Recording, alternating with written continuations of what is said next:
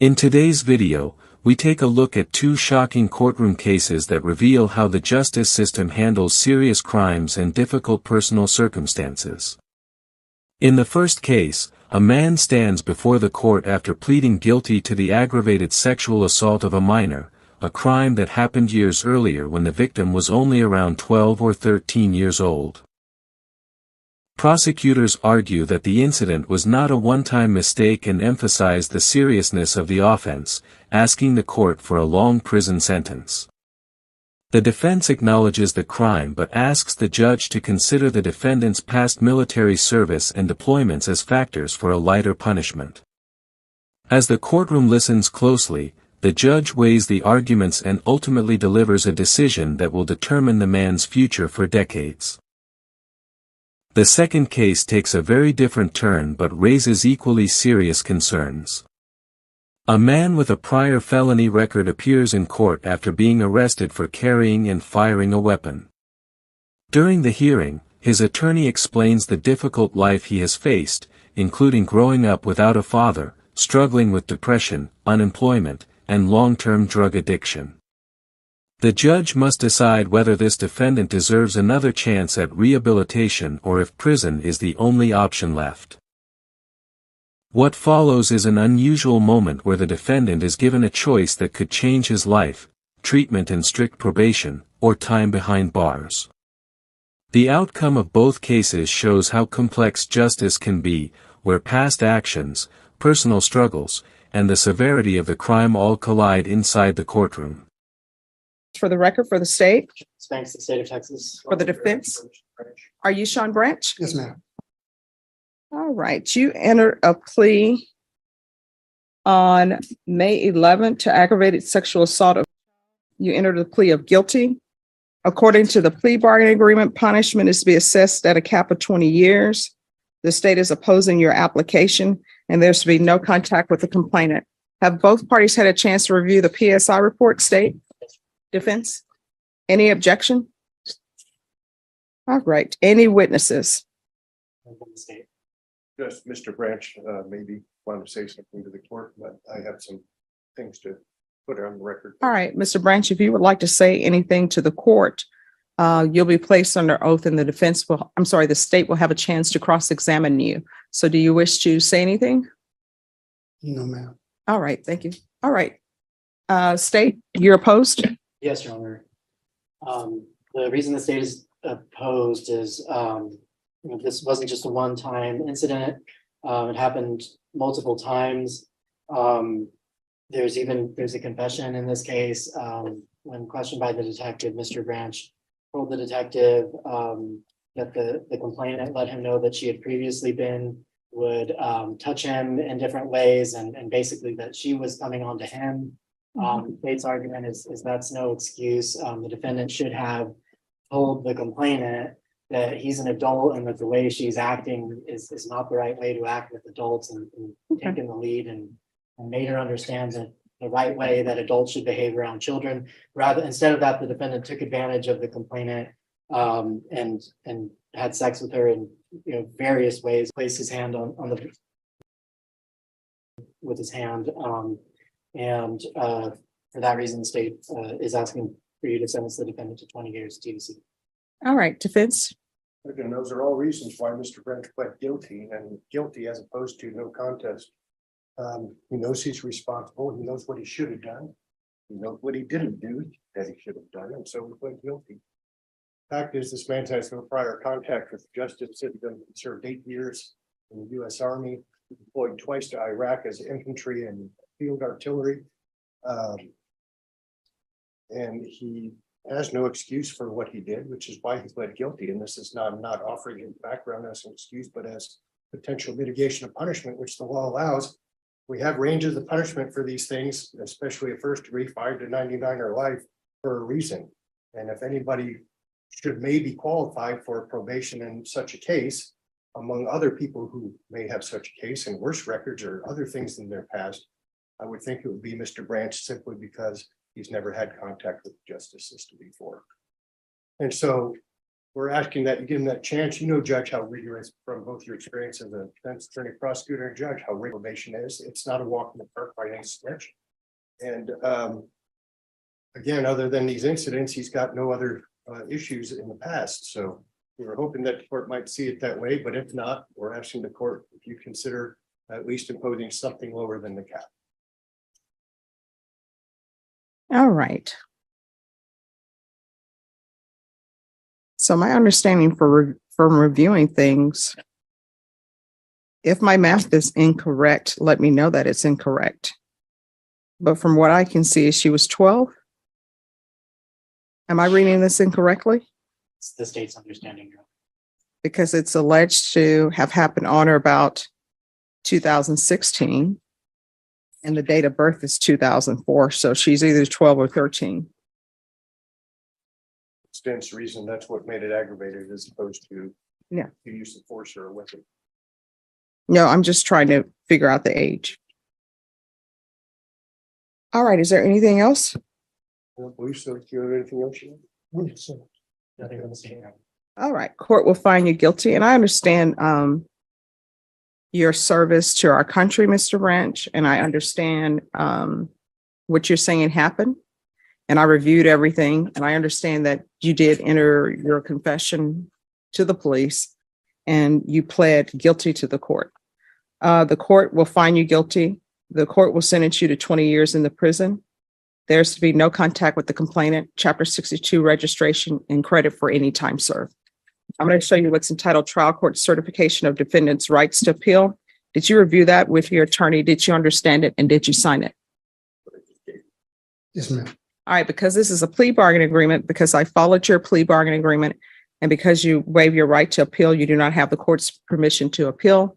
And because this is a felony conviction, you're not allowed to own or possess any weapons or ammunition. Do you understand? Yes, ma'am. All right, we can go off the record. Mr. Branch, I will tell you, I do recognize and appreciate the fact that you decided to enter a plea of guilty, the fact that you owned up to what you did and that you know it was wrong. All right. Good luck to you. Thank you, ma'am. You're welcome. All right. You entered a plea of no contest on April 25th. There was sufficient evidence to find you guilty. The court ordered a PSI. According to the plea bargain agreement, there's no application for deferred adjudication. The state opposes your application for community supervision. Punishment is to be assessed at 3 years in the prison. It's run concurrent with County Court Cause number 689077, and they will take in consideration County Court Cause number 699697. And the offense is unlawfully carrying a weapon with a felony conviction. All right, have both parties had a chance to review the PSI report, state? Yes, sir. Defense? Yes, sir. Any objections to the PSI report, state? No, sir. Defense? No, yeah. All right, state, do you have any witnesses? No, Your Honor. Defense, do you have any witnesses? Yes, I'd like to have the defendant speak, and I would like to speak on his behalf. All right, can you raise your right hand? Do you solemnly swear or affirm the testimony you give will be the truth and nothing but the truth, so help you God? Yes, Your Honor. All right, you can lower your hand, state your name for the record. Michael Williams. You're gonna have to speak up. Michael Williams. All right, defense? Okay. Michael, you know that you weren't supposed to be carrying a gun because of a prior conviction? Yes, sir. Okay. And what actually happened? You were on your way home from somewhere? I was on my way home from my aunt's house and I ran into a female friend of mine. It was New Year. Were you walking from your mother's house or from your aunt's house? Yes, sir. Okay. This courtroom video shows two very different cases, but both raise serious questions about crime, responsibility, and the difficult decisions judges must make every day. Inside a courtroom, every detail matters, every word spoken by the prosecution, every argument from the defense, and every moment the judge considers before delivering a sentence that can change someone's life forever. The first case begins with a defendant named Sean Branch. He appears before the court after pleading guilty to a very serious crime, aggravated sexual assault of a minor. The victim was extremely young at the time of the offense, reportedly only 12 or 13 years old when the crime occurred back in 2016. Crimes involving minors are among the most serious offenses in the legal system, and courts treat them with the highest level of scrutiny and severity. As the hearing begins, the prosecution outlines the details of the case for the court. According to the state, this incident was not simply a single mistake or misunderstanding. Prosecutors argue that the situation involved multiple occurrences and that the defendant had taken advantage of a vulnerable young victim. The state also reminds the court that the defendant had already confessed to the crime, removing any doubt about what had happened. Because of the seriousness of the offense and the age of the victim, the prosecution asks the judge to impose a strong punishment. They request a 20-year prison sentence, emphasizing that crimes against children demand accountability and protection for the victim. When the defense attorney rises to speak, the tone of the courtroom shifts slightly. Instead of arguing innocence, the defense acknowledges the reality of the situation. They do not deny the crime. Instead, they focus on presenting information about the defendant's background, hoping the judge will consider these details when deciding the sentence. The defense explains that Sean Branch previously served in the United States Army. During his military career, he completed about 8 years of service and was deployed twice to Iraq. Military deployments, especially in combat zones, can expose soldiers to intense stress and life-changing experiences. The defense suggests that his military service should be considered as a mitigating factor. They argue that while the crime is serious, his history of service and his willingness to take responsibility by pleading guilty might justify a lighter punishment. In some cases, defense attorneys ask judges to consider alternatives to long prison sentences, such as probation or other forms of supervised release. In this situation, the defense suggests that the judge could consider a more lenient outcome rather than a lengthy prison term. The courtroom remains quiet as both sides finish presenting their arguments. Now the responsibility shifts entirely to the judge. Judges must balance many factors when making sentencing decisions. They must consider the severity of the crime, the impact on the victim, the defendant's criminal history, the arguments from both attorneys, and the legal guidelines established by the law. After reviewing the details and listening carefully to both sides, the judge delivers the decision. The judge formally finds Sean Branch guilty and announces the sentence. The court orders a 20-year prison term. In addition to the prison sentence, the judge also orders that the defendant have no contact with the victim. This type of restriction is common in cases involving victims, especially minors, as courts attempt to protect victims from further trauma or contact with the offender. While announcing the sentence, the judge acknowledges the factors mentioned by the defense. The court recognizes that the defendant served in the military, and also notes that he accepted responsibility by confessing to the crime. However, despite these considerations, the judge states that the seriousness of the offense cannot be overlooked. The final sentence follows the terms of the plea agreement reached earlier in the legal process. Another important moment occurs when the defendant waives his right to appeal. In the legal system, defendants sometimes have the option to challenge a conviction or sentence in a higher court. By waiving this right, the defendant accepts the outcome of the case and agrees not to pursue further legal challenges. With that, the first case comes to a close. But the video then shifts to a second courtroom case that presents a very different situation. The second case involves a man named Michael Williams. Unlike the first case, the situation is centered around weapons charges and the complicated personal history of the defendant.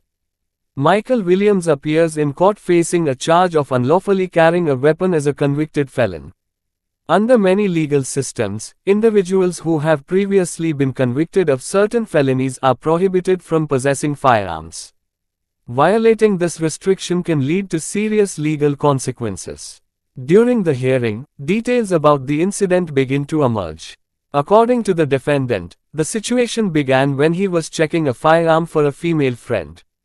While handling the gun, he fired it. This action led to police involvement and ultimately to his arrest. As the case continues, the defense attorney begins presenting background information about Michael Williams' life. Unlike the first case, the defense focuses heavily on the difficult circumstances the defendant has faced for many years. The defense explains that Williams grew up in a challenging environment. He reportedly did not have a father figure present during his upbringing, something the attorney suggests may have had a significant impact on his development and life choices. In addition to this, the defense also discusses the defendant's ongoing struggles with mental health issues. According to the defense, Williams has dealt with depression and psychological problems for a long time. These issues, combined with other hardships, contributed to a pattern of instability in his life. Another factor presented to the court is his employment history. The defense notes that he has been unemployed for a very long time, reportedly since around 2008. Long-term unemployment can create serious financial stress and limit opportunities for individuals trying to rebuild their lives. The defense also discusses the defendant's struggles with substance abuse. According to the attorney, Williams had battled addiction to drugs and alcohol for years. At one point, he had developed a heroin addiction, which further complicated his ability to maintain stability and follow legal requirements such as probation conditions. However, the defense also attempts to present a more hopeful side of the story. They tell the court that Williams has recently been trying to make changes in his life. According to the defense, he had stopped drinking alcohol and was attempting to move away from other substances as well. After hearing the arguments, the judge begins discussing possible options with the defendant. At this moment, the case takes an interesting turn. Instead of immediately imposing a sentence, the judge presents the defendant with a choice. The court offers two possible paths forward. The first option is probation combined with inpatient treatment through a rehabilitation program. This option would focus on addressing the defendant's addiction issues and helping him rebuild stability through treatment and supervision. The second option is a prison sentence of 2 years. Judges sometimes offer alternatives like this when they believe rehabilitation may still be possible, especially when addiction plays a major role in the defendant's behavior. However, the judge also expresses concern about the defendant's past record with probation. According to the court, Williams had previously been placed on probation but failed to successfully complete it. Because of this history, the judge is cautious about offering another chance. When asked to choose between the two options, Williams responds honestly about his struggles with addiction. He admits that heroin addiction has been a major issue in his life and states that he wants treatment. He chooses the inpatient treatment option. After considering the choice and reviewing the case details, the judge announces the final sentence. The court sentences Michael Williams to 3 years in prison, but the sentence is suspended. Instead of immediately serving time in prison, he will be placed on probation for 8 years. This means that if he follows all the rules and completes the requirements successfully, he may avoid serving the prison sentence. However, the probation comes with many strict conditions. Williams must regularly report to probation officers and comply with supervision requirements. The court also states that he may be referred to a felony drug court or to the MYOFF rehabilitation program. These programs focus on helping individuals overcome addiction while still holding them accountable under the law. Another requirement involves employment or financial support. The judge orders that within 45 days of his release, Williams must either provide proof of employment or documentation showing that he qualifies for SSI benefits. The court also places restrictions on the types of jobs he can hold. For example, he cannot work in positions that involve minors or roles such as home healthcare providers. These restrictions are designed to reduce risk and ensure community safety. In addition to these requirements, the defendant must complete 200 hours of community service. Community service is often used in probation cases as a way for defendants to contribute positively to society while demonstrating responsibility. The court also orders monthly field visits and requires Williams to attend parenting classes. These classes are sometimes used to encourage personal growth and responsibility. Finally, just like in the first case, Williams waives his right to appeal. By doing this, he accepts the terms of the sentence and the conditions set by the court. The second case ends with a sense of uncertainty. While the defendant has been given a chance at rehabilitation, the outcome will depend entirely on whether he follows the strict rules of probation. These two courtroom cases highlight the complex decisions judges must make. On one hand, the legal system must protect victims and hold offenders accountable. On the other hand, courts sometimes try to provide opportunities for rehabilitation, especially when addiction or mental health struggles play a major role. Every case is different. Every defendant has a unique background. And every judge must weigh the law, the facts, and the potential consequences before making a decision that can affect lives for years to come. Inside a courtroom, justice is rarely simple, but every ruling carries the weight of responsibility, accountability, and the hope that the outcome will serve both the law and society. Need to check her firearm for her because she was getting ready to go. I guess she was going to go sell it. She's gonna what? I guess she was going to go sell her firearm and she didn't know if it worked or not. Okay. So I checked it for her. So was it loaded already? Yes. Okay, so how did you check it then? I shot it in there. You what? I shot it. Shot it in the air. Okay, and that was the basis for your arrest? The base of my arrest was, okay, so she had to leave and go to her parents' home. I was gonna take her firearm to the house for me and hold it for her. So the officer stopped me. Someone had called in the shot. The officer stopped me and told me he got a call. And he got me with unlawful carry. What do you mean that the police had gotten a call about somebody firing a firearm? Yes, sir. Okay. And so he stopped you and you had the gun on you still? Yes, sir. From the lady that you had met? Yes, sir. Friend? Okay. All right, so you were gonna hold it for her? Yes, sir. Okay. She got All that right, to me. all right. Yeah, I'd like you to consider this and from the fact that there wasn't that much malice in his carrying this, it was something that he hadn't expected. Oh, just 1 second. State, do you have any questions? Let's see, okay, all right. State, any questions? Yes, sir. Is it true that you were on probation for burglary of a vehicle second in this fall? Yes, sir. And is it also true that you never reported the probation for that offense? I had complications reporting. I did try to report, but I had problems with my phone and Zoom. Did you have to go in person? No, sir. I did call and make an appointment, but I didn't make it. No further than state. All right, any further questions, counsel? And no further questions, I'd just like to speak on his behalf. Yes. Okay, Your Honor, I'd like to consider in the PSI where it shows that his upbringing was a problem. He had no help from his father. He was brought up by his aunt and his mother, but he had a lot of psychological problems and depression. And he only went through halfway through school. And then he was not very employable. So for the last 7 years, he'd been unemployed. And I think that idleness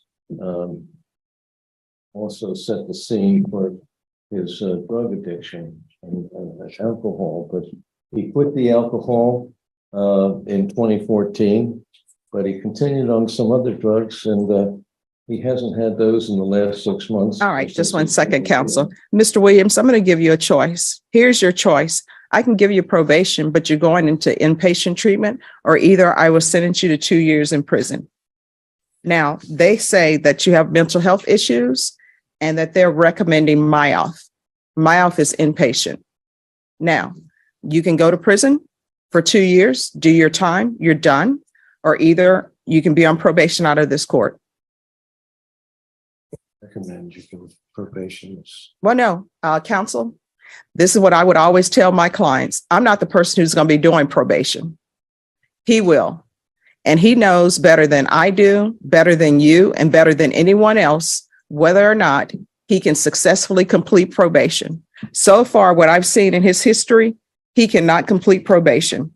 But I understand that there are mental health issues going on because in the possession case for his previous conviction, I saw that there was a transfer to Myoff.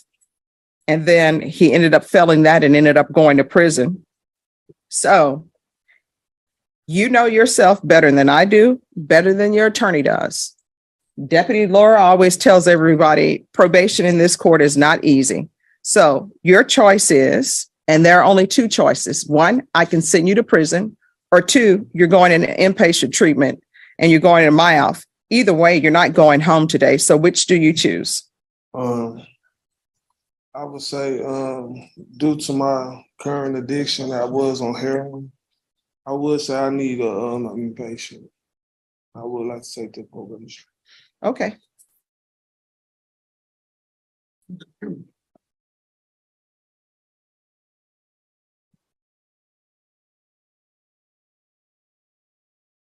All right, the court is going to sentence you to 3 years in the prison, suspended and probated for 8 years. There's to be regular reporting by Zoom or in person. The UA hotline. We can do a referral to felony drug court. That will be in custody. If he's not accepted in custody, I see here that they're recommending Myoff. That's what they have in there, that he's eligible for Myoff. So if not felony drug court, then Myoff. And then if Myoff is not going to, if felony drug court doesn't accept him and Myoff doesn't accept him, then we'll do SafeP. Proof of employment or SSI within 45 days of release. There's to be no employment as a home health care provider or with minors. Field visits 1 time per month until further notice. 200 hours of community service restitution. Do you have any children? Yes, ma'am. What are their ages? 14, 13, and 11. Are you in their life at all? Not at this time. That's either yes or no. Have you been an upstanding father in their life? Someone they can look up to? I have, not How? recently, but I have. All right, there's going to be parenting classes. This to run concurrent with County Court Cause number 689077. Taking consideration 699697. And then there will be the UA hotline. Counsel, you're hitting the microphone. Hold on, sorry. The UA hotline until further notice. Probation, is there anything else he needs? Is there anything else you need from me to be successful? I'm sorry? No, ma'am. All right, and so the Myoff, the felony drug court, and SafeP, that's to be done in custody. You know, and I think he's going to need a lot of help with getting employment. He hasn't had any, and he has his psychological problems as well. So When's the last time you had employment? 2008. All right, so you haven't really been supporting your children. All right, and with regards to employment, there's to be no employment as a home health care provider or with minors. If you are planning to be in your children's life and be someone they can be proud of, you're going to have to do better. If you're not going to be in their life on a permanent basis and just breeze in and breeze out, then you need not be around them. You understand? Showing you what's entitled Trial Court Certification of Defendant's Rights to Appeal. Mr. Alexander, did you pass that to him? Did you sign that? Did you review that with your attorney and did you understand it? Yes, Your Honor. Because this is a plea bargain agreement, because I followed your plea bargain agreement, and because you waived your right to appeal, you do not have the court's permission to appeal. Do you understand? Yes, sir. Because this is a felony conviction, you're not allowed to own or possess any weapons or ammunition. If you have a question over what a weapon or ammunition is, you'll need to speak to an attorney. Do you understand? Yes, Your Honor. All right. Good luck to you. All right.